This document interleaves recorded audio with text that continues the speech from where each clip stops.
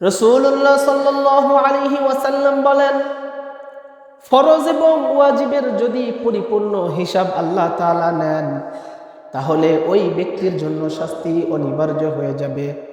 কিন্তু আল্লাহ পাক রব্বুল আলামিন কিয়ামতের ময়দানে বান্দার মুক্তি দেওয়ার জন্য উসিলা খুঁজবেন, পাকড়াও করার জন্য উসিলা খুঁজবেন না। আল্লাহ পাক রব্বুল আলামিন বান্দাকে মুক্ত করে জান্নাতে দেওয়ার জন্য উসিলা খুঁজবেন। দুনিয়াতে যেমন মানুষের বৈশিষ্ট্য হলো দোষ ত্রুটি থাকলে সেটা তালাশ করে কিভাবে পাকড়াও করা যায়, আল্লাহ পাক রব্বুল আলামিন কিয়ামতের ময়দানে তার বিপরীত মানুষের মধ্যে দোষ ত্রুটি তালাশ করবেন না। আল্লাহ পাক রব্বুল আলামিন উসিলা খুঁজবেন, কোন উসিলা দিয়ে আমার বান্দাকে পার করে জান্নাতে পৌঁছানো যায়। তো আল্লাহ পাক রব্বুল আলামিন উসিলা খুঁজবেন যে কোন উসিলাই এরে মাফ করা যায়, কোন উসিলার মাধ্যমে এরে মাফ করে জান্নাতে দেওয়া যায়। আল্লাহ পাক এরকম উসিলা খুঁজবেন। রাসূলুল্লাহ সাল্লাল্লাহু আলাইহি ওয়াসাল্লাম বলেন, চারটি আমল যদি কোনো মহিলার মধ্যে থাকে, কোনো নারীর মধ্যে থাকে, তার জন্য জান্নাতে যাওয়া অনেক বেশি সহজ হয়ে যাবে। অনুরূপভাবে পুরুষের জন্য চারটির কথা হাদিসে বর্ণিত হয়েছে। নারীদের জন্য যে চারটি বিষয় রাসূলুল্লাহ সাল্লাল্লাহু আলাইহি ওয়াসাল্লাম বর্ণনা করেন, তার মধ্যে এক নম্বরে হলো রাসূল সাল্লাল্লাহু আলাইহি ওয়াসাল্লাম বলেছেন, নারীদের যে চারটি গুণাবলী থাকলে তাদের জন্য জান্নাতে যাওয়া সহজ হবে, তার মধ্যে একটি হলো ওয়াক্ত মতো নামাজ আদায় করা। নামাজের যখন ওয়াক্ত হয়ে যায় তখন সঠিক সময়ে যেই নারী নিয়মিত নামাজ আদায় করবে, আল্লাহ পাক রব্বুল আলামিন তার জন্য জান্নাতকে সহজ করে দিবেন। নামাজটা সঠিক টাইমে। মা বোনরা করে কি, ওই দুপুরে দেখা যাচ্ছে ঝাড়ু এটা ওটা কাজবাজ শেষ করতে করতে মাকরু ওয়াক্তে গিয়ে নামাজ পড়ে, অনেকেই করে এমন। তো রাসূলুল্লাহ কি বললেন, এক নম্বর যেই গুণাবলীটা থাকলে সহজে জান্নাতে যাইতে পারবে সেটা কি, ওয়াক্ত মতো নামাজ আদায় করবে, সঠিক সময়ে কি করবে, নামাজ আদায় করবে। দুই নম্বর, রমজানের রোজাগুলো ঠিকঠাকভাবে আদায় করবে। তিন নম্বর, নিজের সতীত্বের হেফাজত করবে। চার নম্বর হলো স্বামীর পূর্ণ আনুগত্য করবে। আমাদের সমাজে দেখা যায় অনেক মা অনেক বোন পরিপূর্ণ নামাজি, পরিপূর্ণ পর্দানিশীল, কিন্তু স্বামীর খেদমতের বেলায় গিয়ে, স্বামীর আনুগত্য করার বেলায় গিয়ে অনেক বেশি অবহেলা করে বসেন। অথচ হাদিস থেকে বোঝা যায় আল্লাহ পাক রব্বুল আলামিনের নির্দেশ, ফরজ নামাজ অন্যান্য ফরজ ইবাদত যেমন স্বামীর আনুগত্য করা ঠিক ওই রকমই ফরজ, ওই রকমই ফরজ। স্বামীর আনুগত্য করা একটা স্ত্রীর জন্য ঠিক অনুরূপই ফরজ। আল্লাহ তাআলা যেভাবে তার উপরে নামাজ পর্দা ফরজ করেছেন, অনুরূপভাবে তার উপর কি স্বামীর আনুগত্য করাও কি ফরজ। অনেক মা বোনরা এটা বুঝতে চান না, এটা বুঝতে চান না। এই চারটা স্যাম্পলের চারটা জিনিস, এই চারটা জিনিস যদি কেউ ঠিকঠাকভাবে আদায় করতে পারে, হ্যাঁ অন্য সব কিছু বাদ, আবার এটা মনে করেন না যে এই চারটা কাজ করবে আর নামাজ আর অন্যান্য কোনো কিছু আর তার দরকার নাই, না এটা না। অন্যান্য সব কিছু তো করবেই, বাকি এই চারটা যদি ঠিকঠাক থাকে তাহলে আশা করা যায় তার জন্য জান্নাত পর্যন্ত পৌঁছানো কি হয়ে যাবে, একদম সহজ হয়ে যাবে। তো চারটা কি বললাম আরেকবার বলি, ভালো করে বোঝেন। এক নম্বর, ওয়াক্ত মতো নামাজ আদায় করবে, ওয়াক্ত মতো নামাজ, সময় মতো নামাজ আদায় করে ফেলবে, নামাজে বিলম্ব করবে না। দুই নম্বর কি বললাম, রমজানের যে রোজা এটা ঠিকঠাকভাবে আদায় করবে, কোনো গাফলতি করবে না। তিন নম্বর, নিজের সতীত্বের হেফাজত করবে, নিজের সতীত্বের হেফাজত করবে। চার নম্বর কি, স্বামীর আনুগত্য করবে, স্বামীর আনুগত্য করবে। পুরুষদের জন্য যে চারটি গুণের কথা হাদিসের মধ্যে এসেছে, দুইটা হাদিসের মধ্যে ভাগ করে এসেছে। একটা হাদিসের মধ্যে আসছে রাসূলুল্লাহ সাল্লাল্লাহু আলাইহি ওয়াসাল্লাম বলেন, তোমাদের মধ্যে যে ব্যক্তি নিজ জবান এবং লজ্জা স্থানের হেফাজত করবে, দায়িত্ব নেবে, আমি নবী তার জান্নাতে যাওয়ার দায়িত্ব নিয়ে নিলাম। জবানের হেফাজত করবে, লজ্জা স্থানের হেফাজত করবে। জবানের হেফাজত দ্বারা উদ্দেশ্য হলো এই জবান দিয়ে কোনো কুফরি, কোনো শিরকি কথাবার্তা বের হবে না, এই জবান দিয়ে কোনো মিথ্যা কথা বের হবে না, এই জবান দিয়ে কোনো গীবত হবে না, এই জবান দিয়ে কোনো মানুষকে কষ্ট দিবে না, এই জবান দিয়ে কাউকে আমানতের খেয়ানত করবে না, এই জবান দিয়ে গালিগালাজ করবে না, এই জবান দিয়ে গীবত করবে না। গীবত অনেক বড় একটা কবিরা গুনাহ। এই জবান দিয়ে কি করবে না? গীবত করবে না। তাহলে জবানের মাধ্যমে যতগুলা গুনাহ হয়, জবানের হেফাজত করবে অর্থ কি? এই জবান দিয়ে সে কি করবে না? শিরিক করবে না। বুঝতেছেন? শিরিক করবে না, কুফরি কোনো কথাবার্তা সে বলবে না, গালিগালাজ করবে না, মিথ্যা বলবে না, মানুষকে কষ্ট দেওয়া হয় এই ধরনের কোনো কথাবার্তা বলবে না, এই ধরনের কোনো কথাবার্তা বলবে না, গীবত করবে না। আচ্ছা, গীবতের বিষয়ে আমি আপনাদের সামনে একটু ব্যাখ্যা করি, এটা অনেকেই বোঝেন না। এখন মনে করেন আমি একজনের কাছে অন্য আরেকজনের ব্যাপারে বলতেছি যে অমুকে এই কাজটা করে বা করেছে, একটা তার নামে একটা কথা বলতেছি আমি। এখন এই কথাটা গীবত কখন জানেন? যখন সত্য সত্যই ওই ব্যক্তি ওই কাজটা করেছে। কথার কথা, মনে করেন এক ভাই জেনা করছে, এখন আমি আপনার কাছে গল্প করতেছি অমুকের সাথে জেনা করছে। এটা গীবত কখন? যখন সত্য সত্যই সে জেনা করেছে। অনেকে বুক ফুলায় বলে আমি কি মিথ্যা কথা বলতেছি? আমি তো সত্য কথা বলতেছি। কথা বলছেন তাই? কি বলে? আমি সত্য কথা বলতেছি, গীবত করব কেন? এটা তো মিথ্যা বলতেছি না, আমি সত্য কথা বলতেছি। সত্য কথাটাই তো গীবত। সত্য কথাটাই কি? গীবত। তার যেই খারাপ গুণ বা সে যেই খারাপ কাজটা করেছে বা তার এই ব্যাপার, সত্য কথা, এই সত্য কথাটাই কি? গীবত। মিথ্যা কথা না কিন্তু, বুঝলেন? সত্য সত্যই সে ওই খারাপ কাজটা করে বা করেছে, এটাই হলো কি? গীবত। আর যেটা মিথ্যা কথা, বললাম সে জেনা করছে কিন্তু আসলে সে করে নাই, মিথ্যা কথা, এটা কিন্তু গীবত না। এটা গীবতের চাইতেও ভয়ঙ্কর গুনাহ। এটা কি? অপবাদ। এটা কি বলেন? অপবাদ। আর যেটা সত্যি সত্যি, এটা কি? গুনাহ। এটা কি বলেন? গুনাহ। আল্লাহ পাক রব্বুল আলামিন সূরাতুল হুমাযার মধ্যে বলেন, ওয়াইলুল লিকুল্লি হুমাযাতিল লুমাযা। ওই ব্যক্তি ধ্বংস হোক যেই ব্যক্তি মানুষের সামনে এবং পিছনে মানুষকে কষ্ট দেয়। অনেকেই বলে না যে আমি যেটা বলি মুখের উপর বলি, আমি পিছনে কথা বলা পছন্দ করি না। অহংকারের মানে গৌরবের সাথে বলে, বলে কিনা? অনেকেই বলে, আপনারা তো সমাজে চলেন, এমন কথা শোনেন নাই? অনেকেই এ ধরনের কথা বলে যে আমি ভাই যা বলবো না সামনে বলবো না, আমি গোপনে কিছু বলতে পারবো না, ওই গোপনে বলবো, পরে আরেকজন আরেক কথা বলবে, এটা আমি পছন্দ করি না। আমি যেটি বলবো মুখের উপরেই বলবো, সামনাসামনি বলবো, তাতে তোমার খারাপ লাগুক আর কি ভালো লাগুক। আল্লাহ কি বলতেছেন? কোনো মুসলমান যখন কোনো মুসলমানকে সামনাসামনি কোনো কথা বলে, এই কথাটা তার অন্তরে আঘাত পায়, ওয়াইল, সে ধ্বংস হোক। সে কি? ধ্বংস হোক।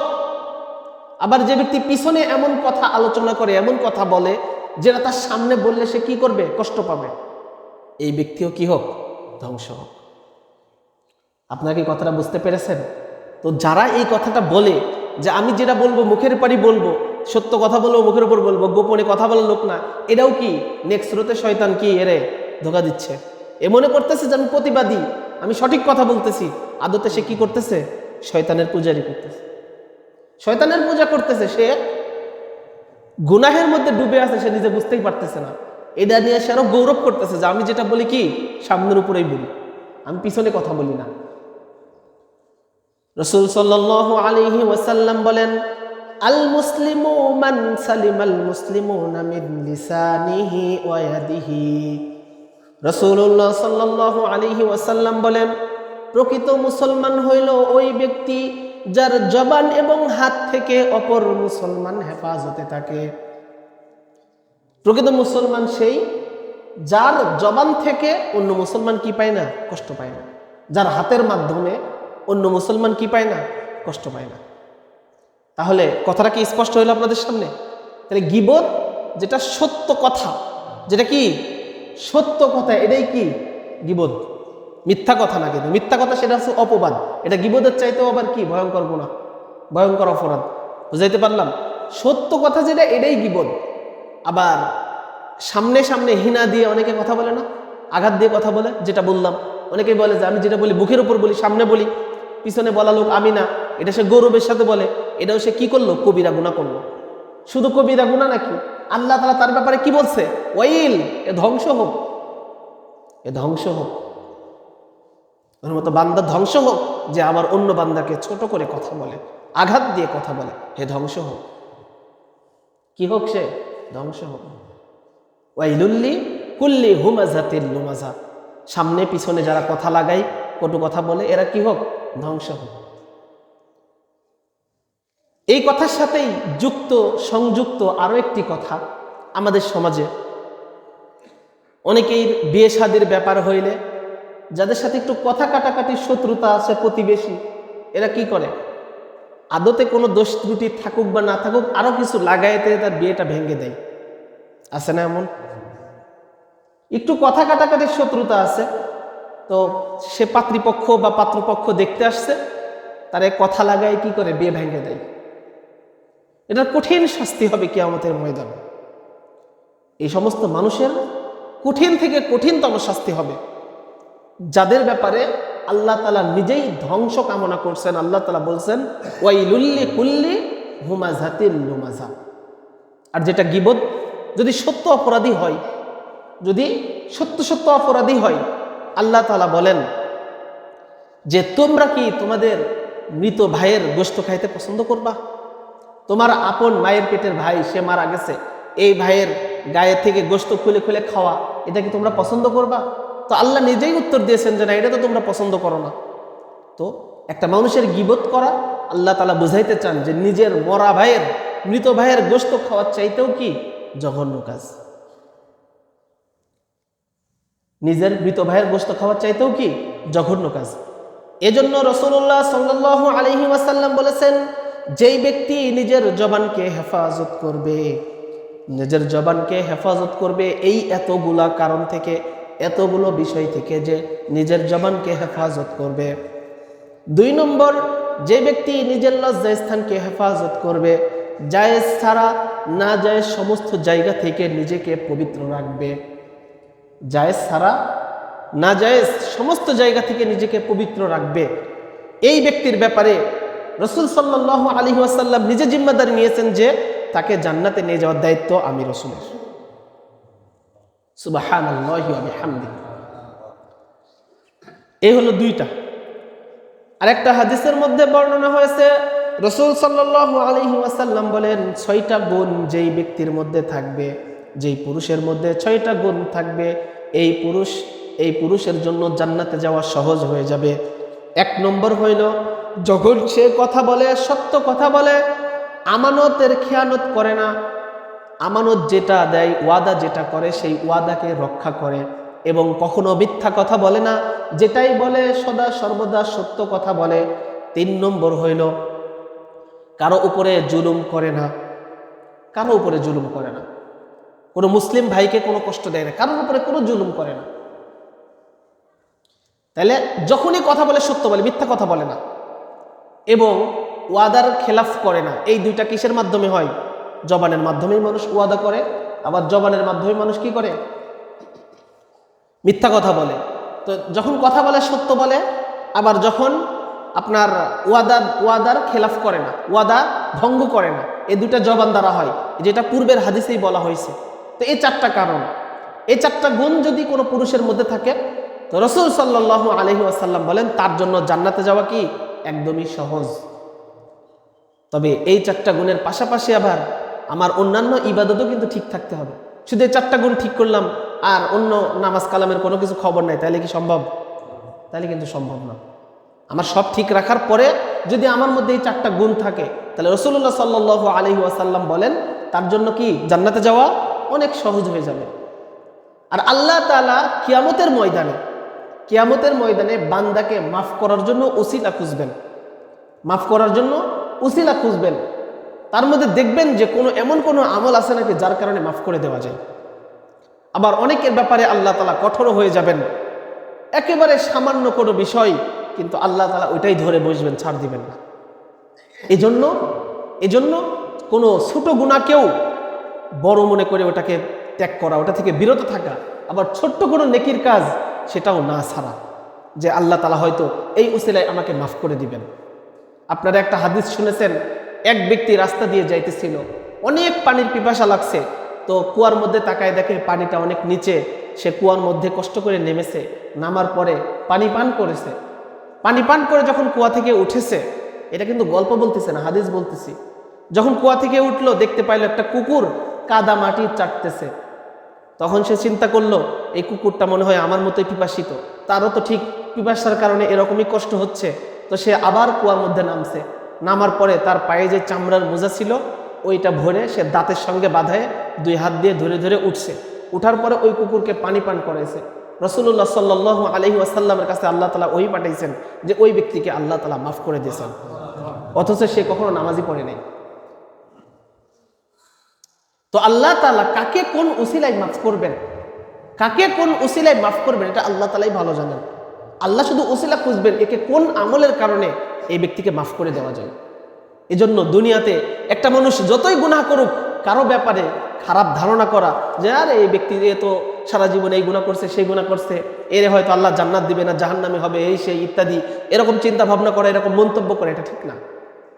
কারণ আল্লাহ তাআলা কাউকে শুধুই ইমানের বদলতেই মাফ করে দিতে পারেন, শুধু ইমানের বদলতে, আর কোনো কিছু আমল নাই তার, এই কারণেও আল্লাহ তাআলা কাউকে মাফ করে দিতে পারেন। এজন্য আল্লাহ পাক রাব্বুল রাসূল সাল্লাল্লাহু আলাইহি ওয়াসাল্লাম বলেছেন যে কিয়ামতের ময়দানে আল্লাহ তাআলা উসিলা খুঁজবেন, আল্লাহ তাআলা উসিলা খুঁজবেন। যেমন মনে করেন অনেক সময় আমরা যারা ব্যবসায়িক ব্যবসা করে, তো তাদের কাছে অনেক মানুষই বাজার সদাই ক্রয় করে, তো অনেক মানুষ থাকে একেবারেই হিতদরিদ্র, একেবারেই তার সামর্থ্য নাই কোনো কিছু করার, কোনো কিছু খরচ করার সামর্থ্য নাই, তো তারা অনেক সময় বাকিতে কিছু ক্রয় করে। তো এই ব্যক্তিকে যদি সে পরিপূর্ণ ছাড় দিয়ে দেয়, ঠিক আছে তোমার যেহেতু অনেক কষ্ট হচ্ছে, তুমি অনেক দারিদ্রতার মধ্যে আছো, তোমার এটা দেওয়া লাগবে না, বা কিছু অংশ কম করে দিল, দেখা যাচ্ছে 100 টাকা হয়েছে 50 টাকা তাকে মাফ করে দিল, তো এরকম তার উপরে যে রহম করলো, এই ব্যক্তিকে আল্লাহ পাক রব্বুল আলামিন কিয়ামতের ময়দানে এই উসিলায় মাফ করে দিতে পারেন, এই উসিলায় মাফ করে দিতে পারেন। রাসূল সাল্লাল্লাহু আলাইহি ওয়াসাল্লাম বলেন আল্লাহ তাআলা বান্দার আমলনামার মধ্যে খুঁজে খুঁজে দেখবেন কোন উসিলা পাওয়া যায় কিনা, কাউকে এমন উসিলায় মাফ করবেন যে এক ব্যক্তি আরেক ব্যক্তির গোপন গুনাহটা জানে। কথার কথা মনে করেন একজন জেনা করছে, আমি জানি, আমি এটা দেখেছি, আমি জানি, কিন্তু আমি এটা প্রকাশ করলাম না মানুষের মাঝে, আমি এটা গোপন রাখলাম, তো আল্লাহ তাআলা এই উসিলায় আমাকে মাফ করে দিতে পারেন। আমি শুধু একটা বান্দার গুনাহকে কি করছি, গোপন করছি, এই উসিলায় আল্লাহ তাআলা আমাকে কি করেন, মাফ করে দিতে পারেন। আবার আমি দুনিয়াতে একটু দুর্বল, আমার উপরে সবাই ক্ষমতা দেখায়, সবাই আমার সাথে খারাপ আচরণ করে, এবার আমি সবাইকে মাফ করে দিলাম, সবাইকে মাফ করে দেই, কারোর উপরে কোনো রাগ অনুরাগ কিছুই রাখি না, এই উসিলায় আল্লাহ তাআলা আমাকে মাফ করে দিতে পারেন, এই উসিলায় আল্লাহ তাআলা আমাকে মাফ করে দিতে পারেন। কারণ আল্লাহ তাআলা উসিলা খুঁজবেন মাফ করার জন্য, শুধু উসিলা খুঁজবেন। এক হাদিসের মধ্যে আসছে যে দুনিয়াতে যে ব্যক্তি দুনিয়াবাসীর উপরে রহম করে না, কিয়ামতের ময়দানে আল্লাহ তার উপরে রহম করবেন না, আল্লাহ তার উপরে রহম করবেন না। এই যে অনেক সময় এখানে কুকুর টুকুর থাকে, অনেকেই দেখি কুকুরকে পিটান বিনা কারণে, অনেক সময় প্রয়োজনের ক্ষেত্রে সেটা ভিন্ন কথা, কিন্তু অনেক সময় কারণ ছাড়াই পিটান, এটা কিন্তু ঠিক না। একটা মহিলার ব্যাপারে আপনারা হাদিস শুনেছেন, বুখারীর মধ্যে আসছে হাদিস, যে একজন মহিলা একটা বিড়ালকে বেঁধে রাখছিল, বেঁধে রাখার পরে তাকে খাইতে দেয় নাই, আবার ছেড়েও দেয় নাই, ওইভাবেই রেখে দিয়েছে। কিছুদিন পরে বিড়ালটা না খাইতে মারা গেছে। শুধুমাত্র এই একটা অপরাধের কারণে, সে কিন্তু নামাজে ছিল, এই একটা অপরাধের কারণে সে জাহান্নামী হয়ে গেছে, সে জান্নাতে যাইতে পারবে না, শুধুমাত্র এই একটা অপরাধের কারণে। এই জন্য দুনিয়ার কোনো মাখলুককে কষ্ট দিবেন না। দুনিয়াতে যে ব্যক্তি দুনিয়ার বাসীর উপরে রহম করে না, আল্লাহ তাআলা তার উপরে রহমত দিবেন না, আল্লাহ তাআলা তার রহম করবেন না। এই জন্য মানুষের দ্রষ্টটি তালাশ করবেন না, নিজেকে নিয়ে চিন্তা করি আমরা, নিজের জীবনের হিসাব করি আমরা, যে আমি আমার জীবনে কতটুকু কি করলাম, কতটুকু কি করতে পারলাম, নিজের জীবনের হিসাব আমরা নিজেরা করি।